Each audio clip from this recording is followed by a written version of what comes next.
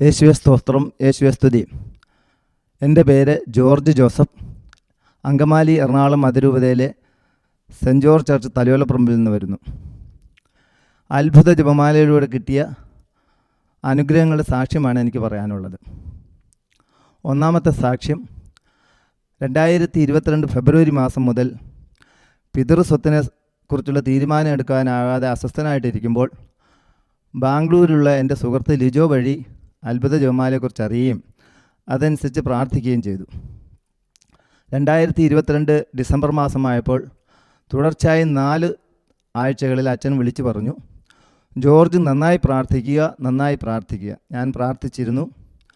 2023 ജനുവരി മാസം ആ പിതൃസ്വത്ത് ഭംഗിയായി എൻ്റെ പേരിൽ എഴുതി കിട്ടുകയും ചെയ്തു.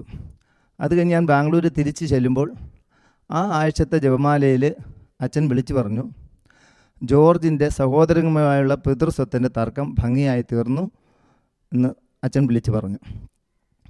രണ്ടാമത്തെ സാക്ഷ്യം, വർഷങ്ങളായി 23 വർഷത്തോളമായി എനിക്ക് ചൂടുവെള്ളത്തിലേ കുളിക്കാൻ സാധിക്കുമുള്ളായിരുന്നു.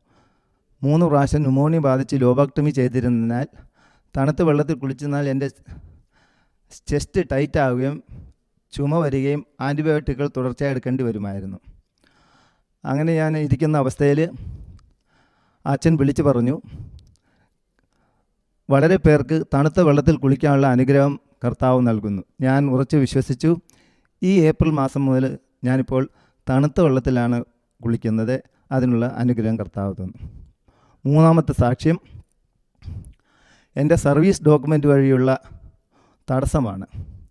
ഞാൻ ഈ ഫെബ്രുവരിയിൽ മാസത്തിൽ റിട്ടയർമെൻ്റ് ആകണമായിരുന്നു. കഴിഞ്ഞ 15 വർഷമായി എൻ്റെ സർവീസ് ഡോക്യുമെൻ്റുകൾ ശരിയാകാതെ തടസ്സപ്പെട്ടിരിക്കുകയായിരുന്നു. പ്രൊമോഷനെ സംബന്ധിച്ചിട്ടുള്ളതായിരുന്നു. അച്ഛൻ ജനുവരി മാസത്തിൽ ഒരു അത്ഭുത ജപമാല വിളിച്ചു പറഞ്ഞു, വർഷങ്ങളായി തടസ്സമുള്ള ഒരു സഹോദരൻ്റെ ഡോക്യുമെൻ്റ് ശരിയായി കിട്ടുമെന്ന് പറഞ്ഞു. ഈ ഫെബ്രുവരി മാസം റിട്ടയർമെൻ്റ് ആകാറായപ്പോൾ അതെനിക്ക് ലഭിക്കണം, എന്നാലേ സർവീസ് ആനുകൂല്യം കിട്ടുമായിരുന്നുള്ളൂ.